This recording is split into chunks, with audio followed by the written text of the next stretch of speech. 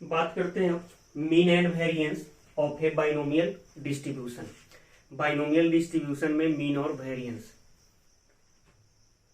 इससे पहले हम लोग देखे थे कि फॉर्मूला क्या होता है कि एक बार सक्सेस हो, कम से कम 5 बार सक्सेस हो, या ज्यादा से ज्यादा 5 बार सक्सेस हो, ये सब टाइप का क्वेश्चन जो भी होता था वो देख चुके हैं। इसमें अब देख लेते हैं हम लोग मीन और वेरिएंस। अच्छा, इससे पहले हम लोग जो प्रोबेबिलिटी डिस्ट्रीब्यूशन देखे थे उसमें रैंडम वेरिएबल एक्स में बहुत सारा वैल्यू ले रहा था, उसके लिए भी मीन और वेरिएंस देखे थे कि मीन निकालने के लिए फॉर्मूला कुछ इस तरह से आ रहा था। मीन को जनरली म्यू से लिखते थे, sigma X I P I I equal to 1 से कुछ आता था इस टाइप का। कोई रैंडम वेरिएबल एक्स है, उस रैंडम वेरिएबल एक्स का वैल्यू है x1 x2 x3 x4 xn और respective probability p1 p2 p3 p4 pn है, तो मीन ऐसे लिखते थे। आप लोग को याद आ रहा होगा, ये प्रोबेबिलिटी डिस्ट्रीब्यूशन में हम लोग देखे थे। खैर अभी हम लोग देख रहे हैं बाइनोमियल डिस्ट्रीब्यूशन में मीन और वेरिएंस और स्टैंडर्ड डेविएशन। तो बहुत आसान फॉर्मूला होता है। यहाँ पे मीन हो जाएगा एन पी, वेरिएंस जिस मीन को म्यू से लिखेंगे, डिनोट करते हैं, वेरिएंस को न्यू स्क्वायर, म्यू है यह न्यू है, ठीक है, जो पढ़ना है पढ़िए आप लोग, इसको न्यू स्क्वायर। तो वेरिएंस कितना होगा एन पी क्यू, और स्टैंडर्ड डेविएशन को न्यू से रिप्रेजेंट करते हैं, और यह हो जाएगा जैसे nu square N P Q है तो न्यू कितना हो जाएगा रूट एन पी क्यू। अब यहाँ पे क्या है, जहाँ पे एन है नंबर ऑफ ट्रायल, एन क्या है नंबर ऑफ ट्रायल, पी क्या है probability of success in one trial, Q है probability of failure in one trial. अब यहाँ हम लोग बाइनोमियल डिस्ट्रीब्यूशन की बात कर रहे हैं, तो बाइनोमियल एक्सपेरिमेंट में क्या होता है, तो बाइनोमियल एक्सपेरिमेंट में 2 ही आउटकम्स होता है, या तो सक्सेस या फेलियर। सक्सेस के प्रोबेबिलिटी, एक ट्रायल में सक्सेस के प्रोबेबिलिटी को पी से रिप्रेजेंट करते हैं और फेलियर की प्रोबेबिलिटी को क्यू से रिप्रेजेंट करते हैं। और एन जो है नंबर ऑफ ट्रायल है, तो डायरेक्ट मीन क्या हो जाएगा एन पी। ये कहां से आया, तो ये जो है यहीं से आया है, मतलब कि यहाँ यहीं से आया।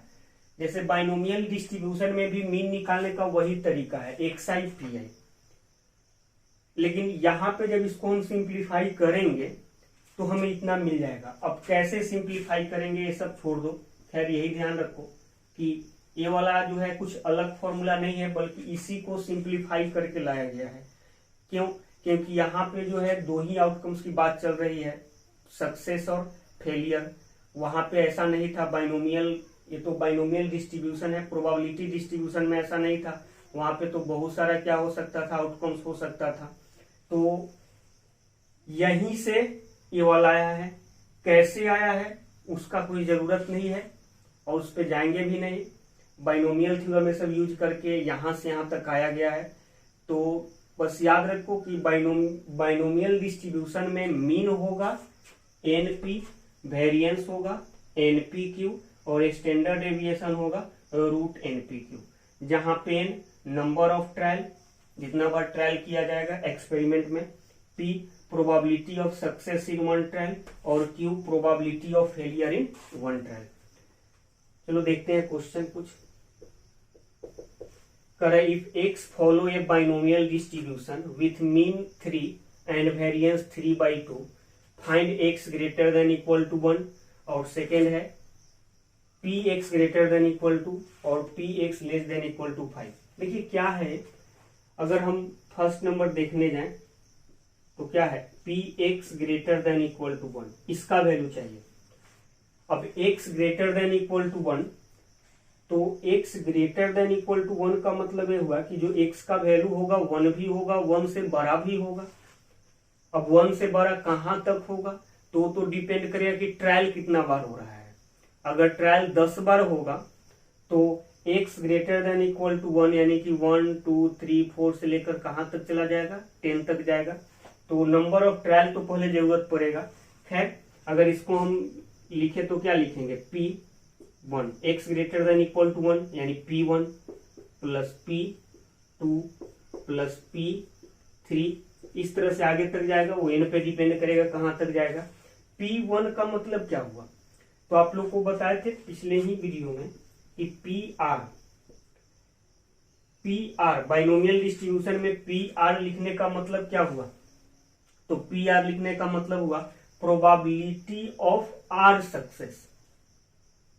प्रोबेबिलिटी ऑफ आर सक्सेस मतलब एन बार ट्रायल कर रहे हैं और एन बार ट्रायल करने में आर बार हम सक्सेस हो जाए, उसके प्रोबेबिलिटी को कुछ ऐसे रिप्रेजेंट करते थे और इसका वैल्यू निकालने के लिए फॉर्मूला यूज करते थे NCR P to the power R Q to the power N minus R. कुछ याद आ रहा होगा।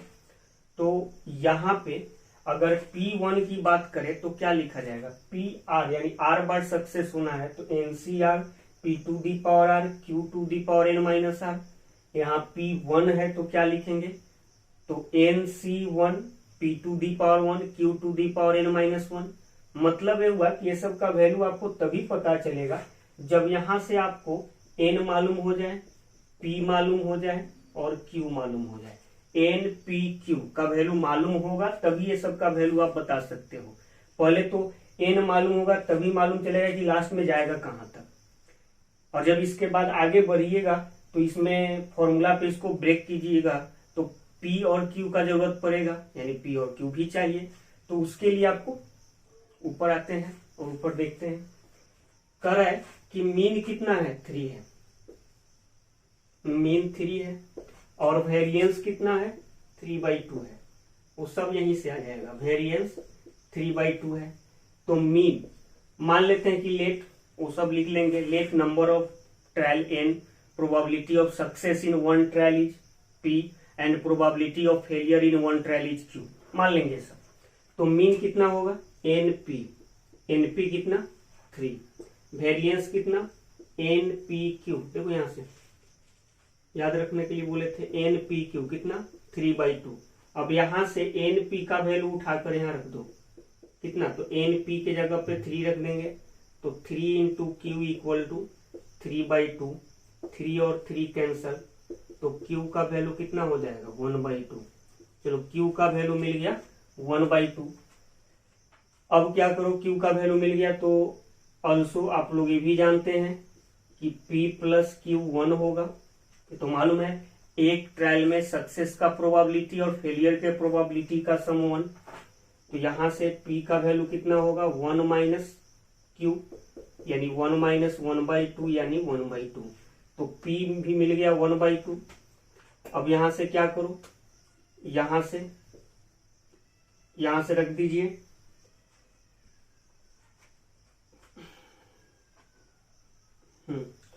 यहां पे क्या करो, p का वैल्यू यहां पे रखो तो n इंटू पी के जगह पे 1/2 इक्वल टू 3, तो n का वैल्यू कितना हो गया 6। ठीक है, यहां पे रख दी n तो n है, p के जगह पे 1/2 इक्वल टू 3, तो n का वैल्यू कितना हो गया 6। तो n का वैल्यू 6, p का वैल्यू 1/2, q का वैल्यू भी 1/2। n का वैल्यू 6 करने का मतलब कितना बार ट्रायल हो रहा है, तो 6 बार ट्रायल हो रहा है। तो 1 2 3 से केस से लास्ट कितना तक जाएंगे हम लोग, P6 तक जाएंगे। आप लोग को ये भी बताए थे कि अगर P0 से लेकर P0 P1 से लेकर अगर P6 तक जाए तो वैल्यू 1 होगा, यानी कि 6 बार ट्रायल हो रहा है तो P0 P1 plus plus P6 तक गए तो 1 होगा सबका सम। तो हमें P1 P2 P3 P6 चाहिए, P1 से लेकर P6 चाहिए।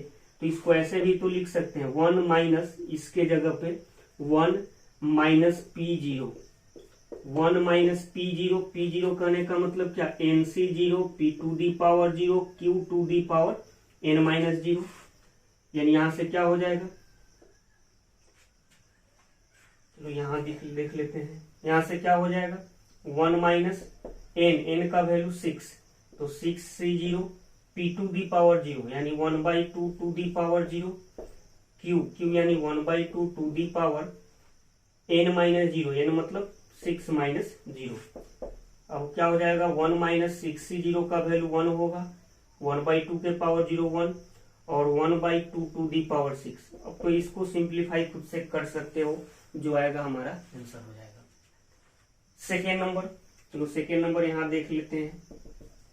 सेकेंड क्या है, P x less than equal to 5, यानी 5 या उससे छोटा, मतलब ऐसे लिख सकते हैं 5 से छोटा तो 0 तक आ सकता है।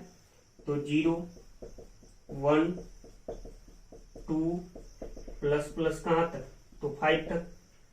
अब इसको भी थोड़ा और आसान बना सकते हो, कैसे, P0 से लेकर P6 तक होता तो सम 1 होता, लेकिन P0 से P5 है तो इसको डायरेक्ट 1 माइनस P6 लिख सकते हैं। इसको डायरेक्ट लिख सकते हैं 1 माइनस P6, यानी 1 माइनस P6 कितना, तो NC6 P to the power 6 Q to the power n minus 6, value रख दो 1 माइनस n की जगह पे 6, तो 6C6 का वैल्यू 1 ही होगा। P यानी 1/2 टू दी पावर 6 और Q यानी 1/2, 6 माइनस 6 0। अब इसको सिंप्लीफाई कर लो, 1 माइनस इतना जो आएगा हमारा आंसर हो जाएगा। तो समझ में आया, बाइनोमियल डिस्ट्रीब्यूशन में मीन याद रखना है, एनपी होता है वेरिएंस NPQ और स्टैंडर्ड डेविएशन रूट NPQ। तो खैर यहाँ पे तो मीन और मीन वेरिएंस का यूज करके क्वेश्चन हम लोग देखे थे। हो सकता है कि आपको मीन पूछ दे, वेरिएंस पूछ दे, स्टैंडर्ड डेविएशन पूछ दे, फॉर्मूला याद रखिएगा और क्वेश्चन बनाइएगा, छाप लो।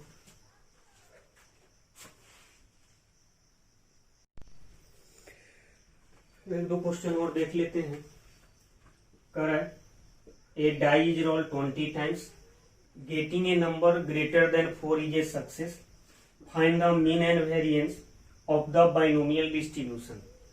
यानी एक डाई को 20 बार रोल किया जा रहा है, यानी नंबर ऑफ ट्रायल तो 20 हो जाएगा, और डाई को जब थ्रो करेंगे तो एक ट्रायल में क्या क्या, मतलब कि एक बार जब रोल करेंगे तो क्या आएगा, सैंपल स्पेस 1 2 3 4 5 6, ठीक है।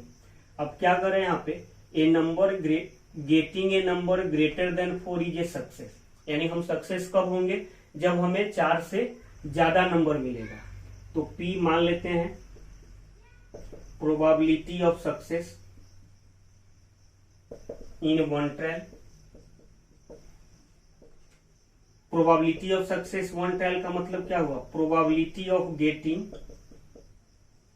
नंबर ग्रेटर देन 4, यही ना, 4 से ज्यादा नंबर आएगा तभी हम लोग सक्सेस होंगे।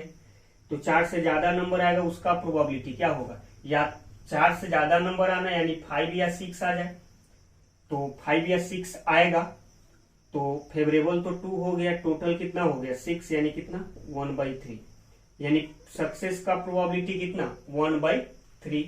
और Q probability of failure in one trial, चलो लिख ही देते हैं, probability of failure in one trial वो कितना हो जाएगा, तो क्या होता है, डायरेक्ट यही फॉर्मूला यूज कर लो ना, P प्लस Q1, तो P मालूम है Q निकल जाएगा, या यहीं से कर लो। फेलियर होना है तो फेलियर कब होंगे, जब 4 या उससे छोटा नंबर मिलेगा, 4 से बड़ा नंबर मिलना सक्सेस हुआ, तो 4 या उससे छोटा नंबर मिलना फेलियर होगा। तो वो क्या मिले 1 2 3 4, इन चारों में से कोई मिलेगा तो फेलियर होंगे। तो कितना हो जाएगा 4/6, यानी क्या हो जाएगा 2/3, ऐसे भी कर सकते हो। तो हमें क्या चाहिए, हमें मीन वेरिएंस चाहिए, तो मीन निकाल लो। मीन कितना हो जाएगा, डायरेक्ट मीन हो जाएगा NP, number of trial 20, P कितना आया है 1/3 यानी 20/3, और वेरिएंस कितना हो जाएगा, तो वेरिएंस NPQ, तो 20P यानी 1/3 और Q कितना 2/3, कर लो सिंप्लीफाई, जो आएगा वो मीन और वेरिएंस आ गया। नेक्स्ट कर the sum of the product of the mean and variance of a binomial distribution are 24 and 128 respectively, find the distribution. देखो कह रहा है कि कोई बाइनोमियल डिस्ट्रीब्यूशन में मीन और वेरिएंस का सम 24 है, प्रोडक्ट 128 है, तो हमें डिस्ट्रीब्यूशन निकालना है।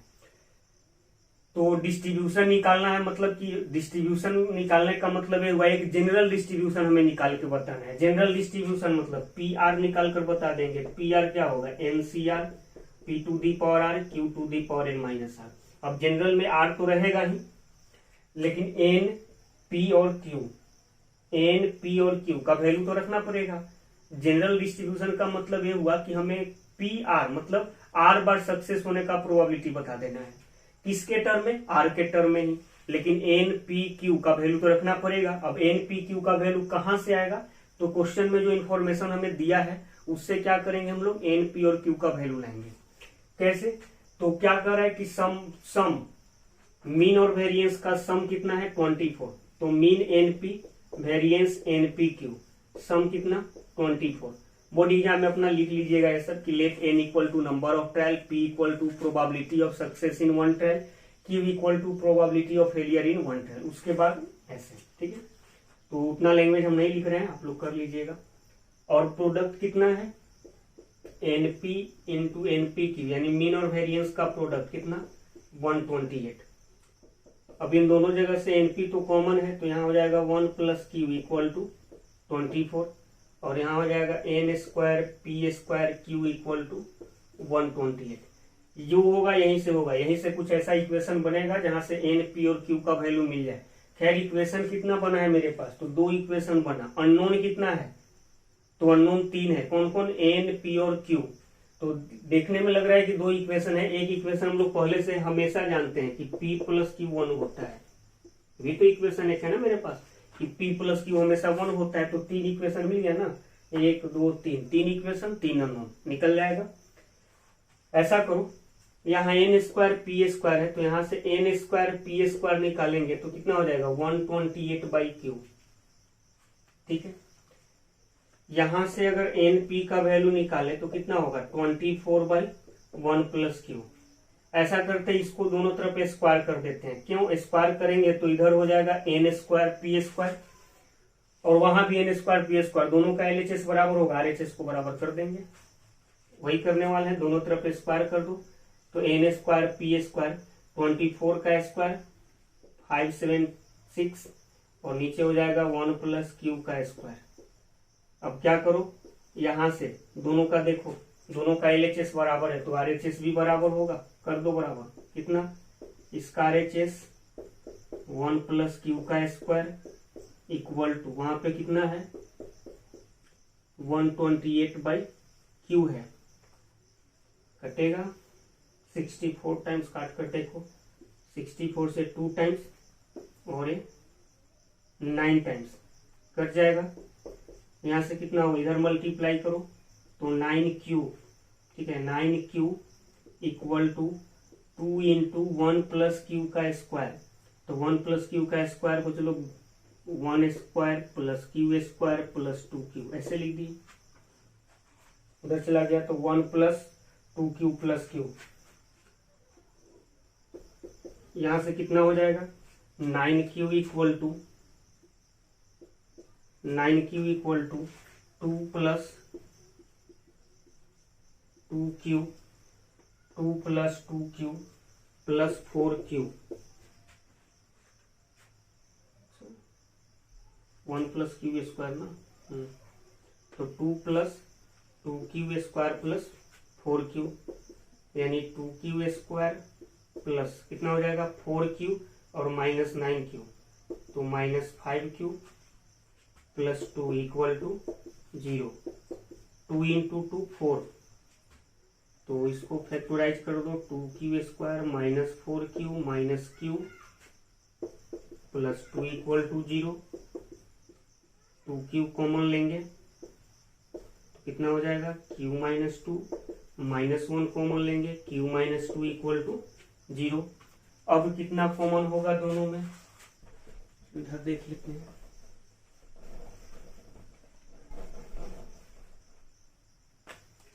अब कितना कॉमन होगा, तो q माइनस 2 कॉमन हो गया, तो 2q माइनस 1 इक्वल टू 0, यानी q का वैल्यू 2 और यहाँ से q का वैल्यू 1/2। तो q का दो वैल्यू आया, एक 2 और एक 1/2, तो आपको मालूम है कि 2 हो ही नहीं सकता, क्योंकि एक